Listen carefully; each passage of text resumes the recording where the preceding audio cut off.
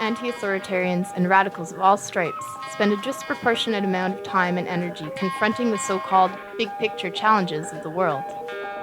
In this all-consuming competition to change society, too often we overlook the personal struggles that many of us face, including some of the most basic questions of how we relate to ourselves, each other, and the world around us. For some, the mundane tasks of day-to-day living can feel so meaningless or so hyper-important that even the simplest decisions become impossible to manage. For others, ongoing or past experiences of physical danger, trauma, and instability can severely compound the difficulties that we already face surviving in a white supremacist, hetero-patriarchal, and capitalist society. Yet despite the large number of us who face these struggles daily, within our movements, mental health is often tokenized or treated as an afterthought, and mental illness is often invisibilized. Mainstream society polarizes crazy people. On the one hand, it lifts a few of us up to celebrate our creative brilliance in the fields of art, film, books, and music. When you hear about slavery for 400 years, that sounds like a choice. On the other, it stigmatizes and fears us, controlling and locking us up. Far from being a fast track to creative stardom, mental illness leaves millions of people to fall through the cracks of our neurotypical society. Most insanity does not get celebrated. For many, it means losing your job or home because you can't get out of bed, not being able to socialize or organize due to anxiety, paranoia, or the inability to maintain relationships, using risky coping mechanisms to try and manage your own symptoms, or relying on the toxic mental health system for your very survival. To the extent that they can be separated, the psychiatric and pharmaceutical industries both extract incredible profits in their supposed pursuit of our mental wellness. Yet, for those who would seek to break free from the state and capital system of pathological diagnoses and lucrative prescriptions, what exactly does that leave us with? Over the next 30 minutes, we will speak with a range of individuals as they share their insights on the causes and potential solutions to mental illness, and share their experiences of fighting stigma, dealing with trauma, and getting into the proper headspace to make a whole lot of trouble.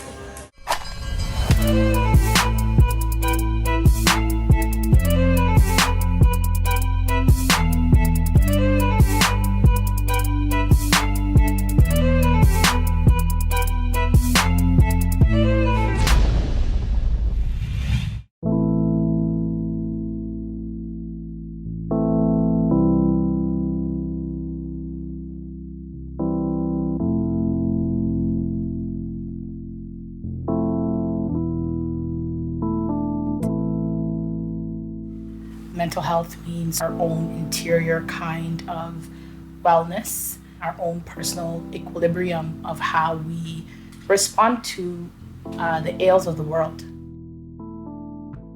Mental health is your own way of feeling balanced and feeling that you're well. And we need to take it in a very broad sense. In different cultures around the world, well-being in itself is so different.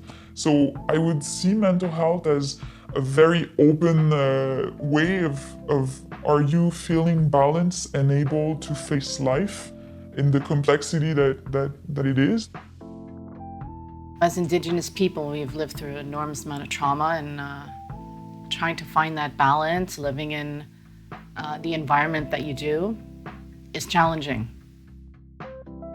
Mental health is the term that I used to talk about sort of being unable to cope with reality in different forms of things that my brain does and ways that I change the way that I perceive the world that are usually pretty harmful to my life.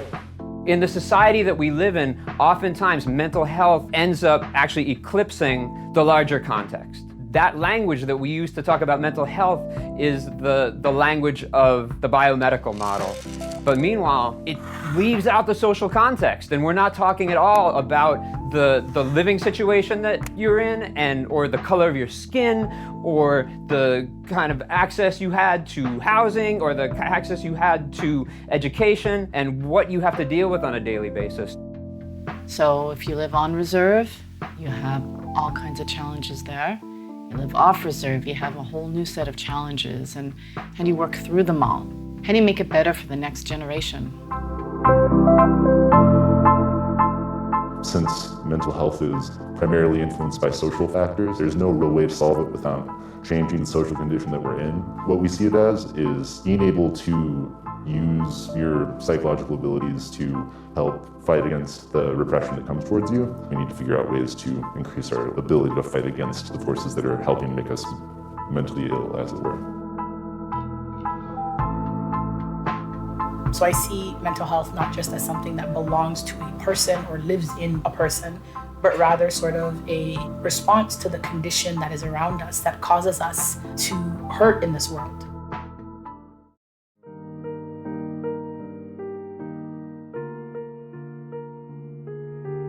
Mental unwellness in broader society is an epidemic.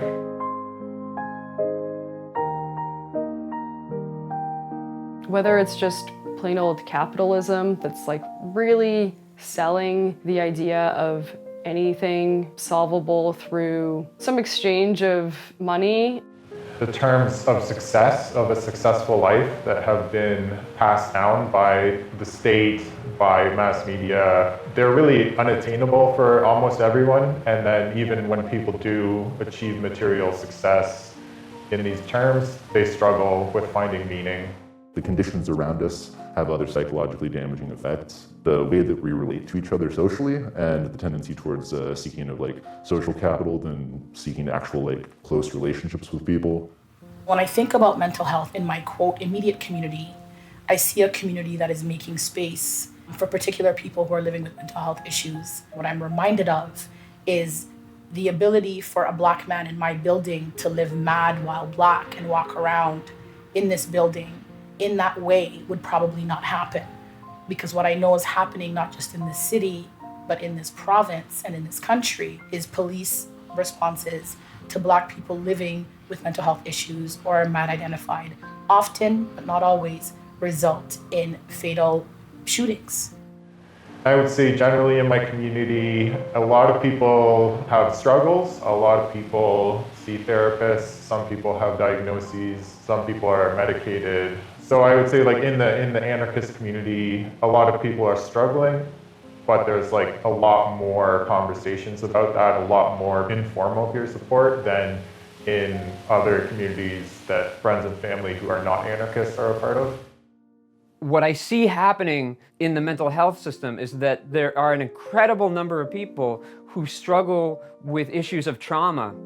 And what happens is when they come into the system and end up getting diagnosed with a mental illness, what's happened to them in the past gets eclipsed by this culture, which is very wrapped up in this whole model where there's a drug for everything that you could possibly need. A huge piece of what we can do is think outside the medical box and use more transformative ways of thinking.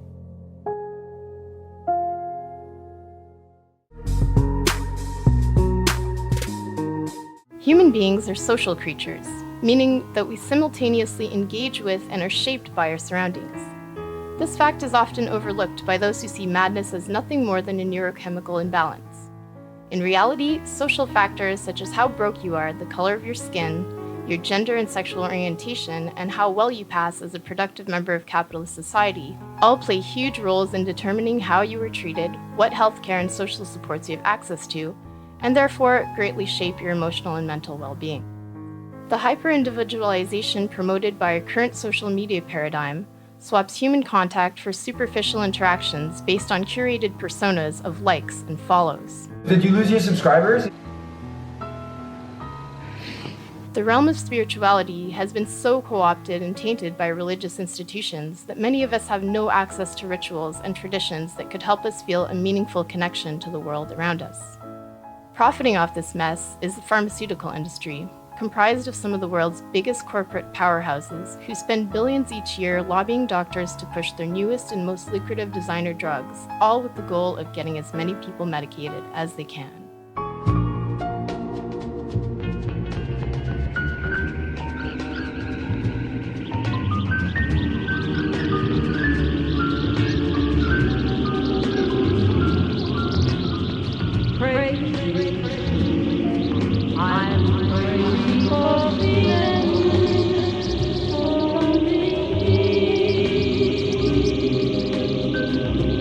I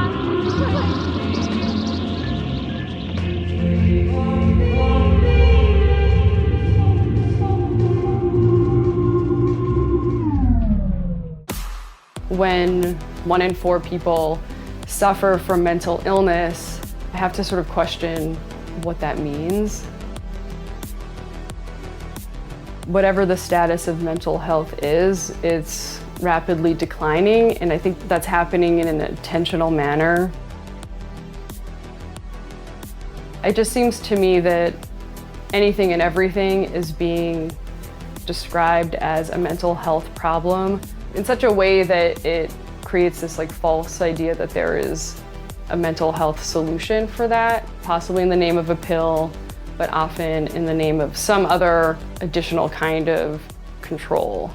A lot of the factors that lead to what we tend to call mental illness are entirely out of control of the people who are experiencing them and aren't really from like a biological or chemical root. They're from social condition that the people are in. How can we live in a world that we're in and be, quote, well? We need to recognize that the society that we live in is actually very unhealthy. If we're starting from this place that what we're trying to do is get people to be healthy so that they can fit into society, that to me is really scary because I'm often sad and I'm often hurt and I'm often anxious and paranoid. And those are for very real reasons. My spirit can't be stable if the material world around me is absolutely scary.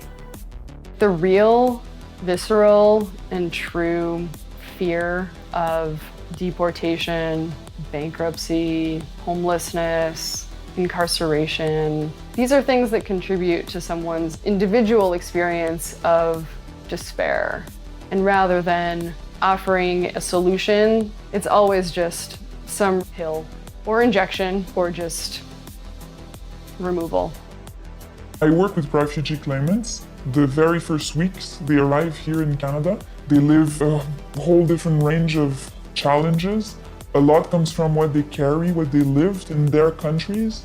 War, rape, being jailed, being tortured, but also a lot of things they live trying to get to Canada. So some of them might have traveled a whole year, crossing 10 different countries without documents, without papers, before they arrive here.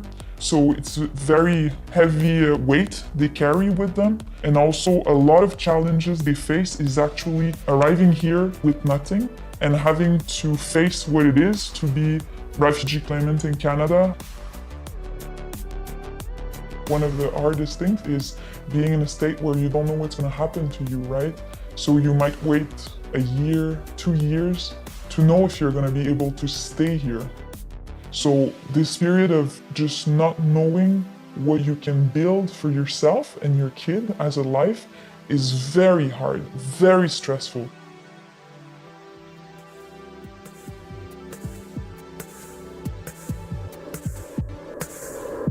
I think it's really important, if we're going to talk about mental health and mental wellness, that we think about ourselves related to a larger social context. I think one of the things that really impacts our mental health is that we live in such an individualistic society where we think the things that are happening to us are happening because of our brain chemistry, or they're happening to us because of some fault of ours, because we're not strong enough to survive, when really there are these larger social issues that are impacting everyone.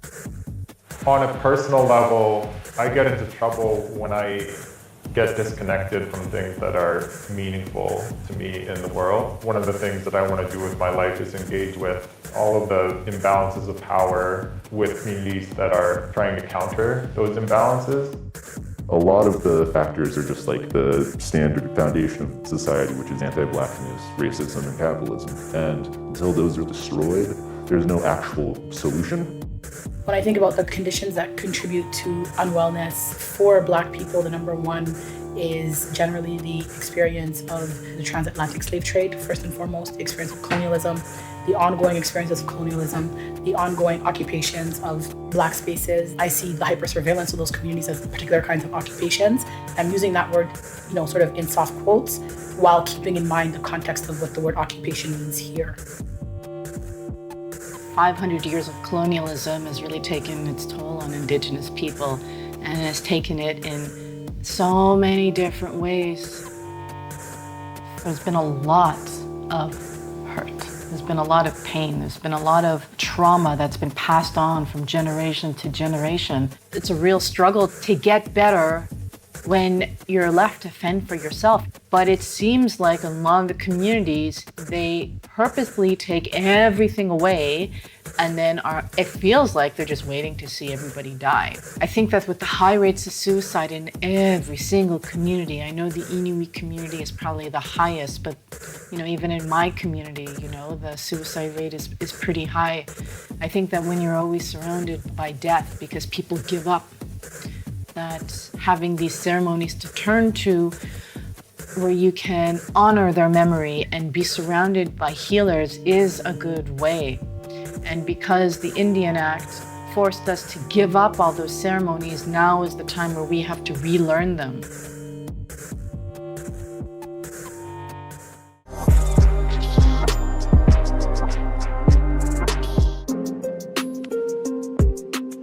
Of all the modern sciences aimed at reproducing subservience and reinforcing state power, psychiatry is particularly nasty.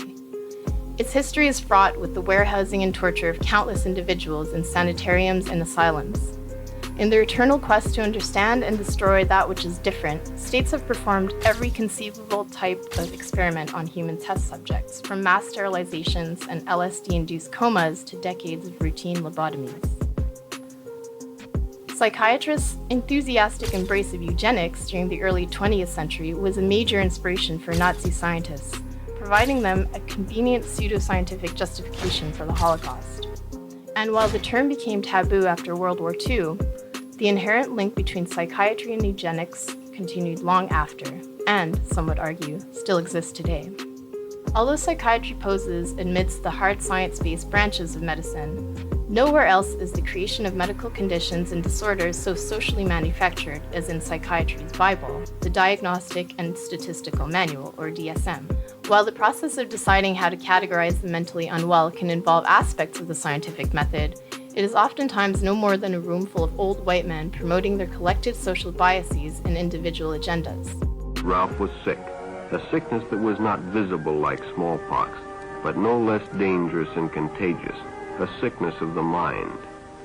You see, Ralph was a homosexual. Within the sacred pages of the DSM, homosexuality was considered a mental disorder until 1987, and to this day, many transgender people need to be diagnosed with a mental illness in order to receive the treatments they need.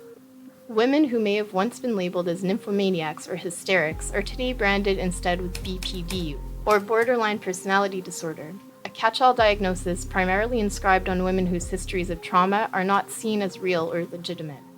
Although there have been attempts to distance psychiatry from this legacy, its ongoing history is one of padded cells, forced injections, electroshock, and indefinite institutionalization. If you find yourself on the wrong side of the modern mental health care system, you can easily fall into a vicious feedback loop of mental health crises, often caused by trauma, leading to further violence and re-traumatization. This may take the form of forced hospitalization, incarceration, hurting yourself or people that you love, or ultimately being murdered by the police.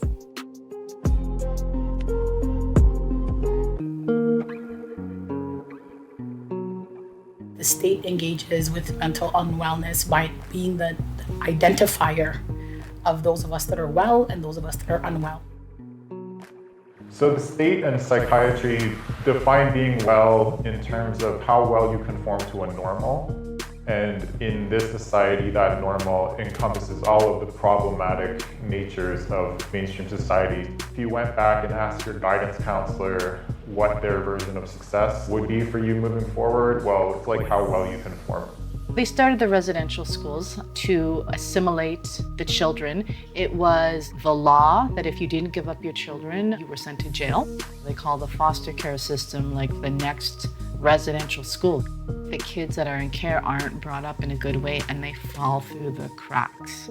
The state usually criminalizes mental unwellness. Generally, if you look at the way that psych wards operate, it's not significantly different than prison. And if you look at the way that prisons operate, they're usually used as psych wards. There's no real distinction between the carcerality of American society in general and the way that we treat the mentally ill, including the way that police shoot mentally ill people. A police officer shoots and kills a teenager with schizophrenia. A mentally ill man being shot 4 times by a police officer despite the fact that the victim showed no threat of force. A mentally ill man shot dead by 2 Dallas officers.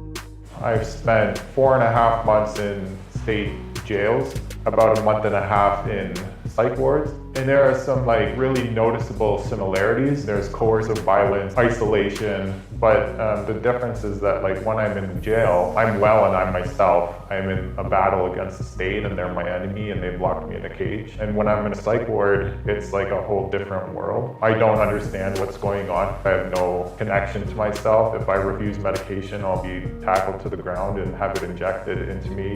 The trauma that I feel in my life from having been in jail is so much less profound than the trauma that comes from a psych ward. Generally, mental illness is treated as something to push under the rug and hide and either like fix with, dumbing you down enough that you can actually deal with whatever bullshit society is giving you, or with putting you away if you're unable to actually get back into the capitalist flow of things. Generally, the state engage with unwellness on a complete individual basis. The problem is individualized and the solution is also individualized. Self-care is usually a stand-in for a lot of neoliberal approaches to dealing with mental health problems. I worry that sometimes this expectation that people practice self-care kind of misses the target in many ways. Generally, it focuses on a very individualized approach of like taking care of your personal needs as far as like attention or how people interact with you or things like that. My wellness is maintained by taking pharmaceutical drugs that are made by some of the worst corporations in the world. People that are capitalizing off of hypermedication, they're advertising to doctors to try and get, as big of a quarterly fucking profit as they can. You have to simultaneously be able to hold the understanding that the pharmaceutical industry, like really what they're interested in is profit, and they're going to try and get as many people as they possibly can addicted to their drugs, with the reality that like there's actually a lot of people for whom the drugs are really helpful. Not nearly as many people as who are on them, but I think it's really important to be able to like have that analysis where you don't just get shut down and think in a black and white framework. And I think that just because a system exists doesn't mean that we can't critique it while understanding that there are some people that might benefit from that. And that there's no shame in being able to be a person that decides what your care might look like. That doesn't make you less critical. It doesn't make you less of a mental health advocate. As a psychiatrist, basically have to work with a lot of people who have, at least historically, if not currently, find psych drugs and hospitalizations helpful, at least to some extent. And I think that's fine. What I do like to focus on with people is maybe a return to like true informed consent. I like to focus, when possible, on supporting people who maybe can't find somebody who is able and willing to help them taper or withdraw from the medications that they've been taking, or live in a less coercive environment during a crisis. You have to walk in the white man's world to get the accreditation that they find believable in order for you to help your own people. For instance, I can get a psychologist from Health Canada, they'll pay for that. But I can't get funding from Health Canada to pay for my spiritual elder because he doesn't have a degree in spirituality.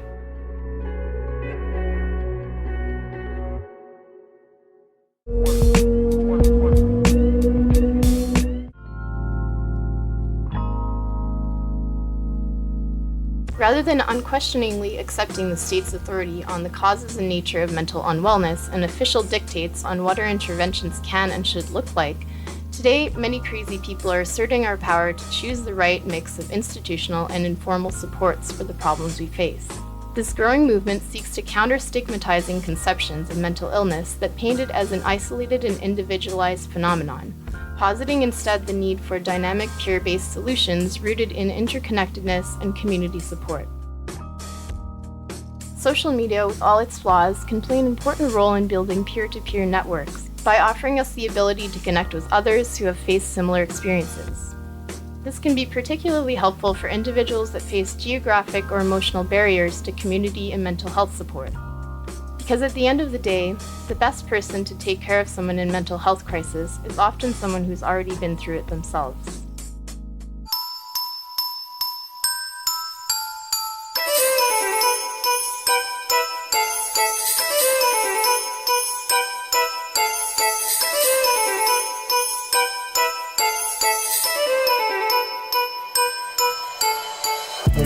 try to support or be allied with people that face this type of mental health issue or trauma, we should be in a way curious, not be afraid to ask questions, to learn and to try to connect with those people we try to help, and really try to understand on a human and deeper level what these people faced in the past and what are they feeling right now.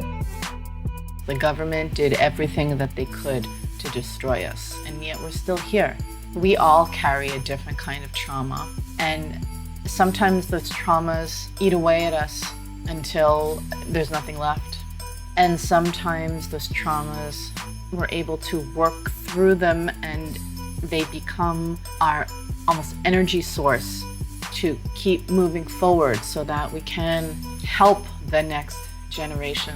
I have hope that, this generation is addressing these issues in a good way so that we don't continue the trauma and try to reverse it if possible. Situations and humans are so complex, and we need to really be open to that complexity. Never try to simplify or put labels on people. This person is traumatized, or this person is going to be okay, she's strong, she's resilient, right? We simplify situations that are very complex.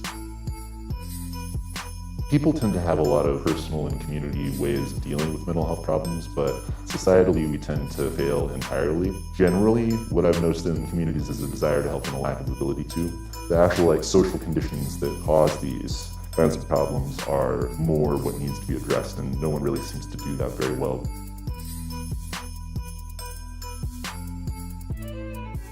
The best community support that I'm a part of is very informal. It's just talking with friends about how we're doing, what we're thinking about. A lot of it is about building those relationships beforehand, because whatever you do when a crisis occurs is going to be affected by and influenced by the actual relationships you have with people. Just making sure that our interactions with people are consensual, understanding what it may feel like for someone to feel really scared and be sharing something with you. Not only what do they need, but what can I offer? And I think for me, actually, that's one of the first questions. There's this opportunity in the crisis and in the breakdown for it to be a breakthrough. If you stick around, if you go through the hard times and get through the other side, there's a damn good chance you're going to come out with some wisdom that you never would have had. As a community of people who actually care about making change in the world, we need to lay the foundations for a more understanding relationship to crisis. The best community support doesn't have to look like an intervention, and ideally when our communities are in a good place and when individuals have really good caring relationships and support networks set up, then the crisis doesn't happen, or it can be alleviated. I think that what we really have to begin to take seriously is that emotions surface at a different range for different people. And I think sometimes there's a way that we think listening is enough, and it may be. Sometimes people might require something of us. The authority that a psychiatrist is granted can be subverted to lift the voice of the participant in the therapeutic relationship. The role of the therapist, psychiatrist, social worker, mental health worker should be to step the fuck back and model a non-hierarchical, non-secretive way of being with one another. I hope that all of the work that our communities are doing around healing from trauma, around transformative justice and community accountability, that these can coalesce into some peer support models and some models for intervening in crisis. And as much as I hope and I'm excited about this work, I'm also skeptical because of the magnitude of mental health crises. There are so many different issues that face us. Sometimes it could be overwhelming, but if you keep moving forward and you keep addressing these issues and you keep trying to find those solutions, it brings hope to others.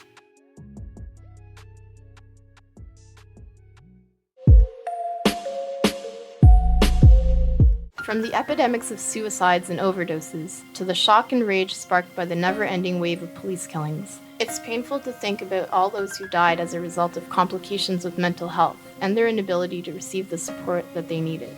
But their stories and lives aren't forgotten.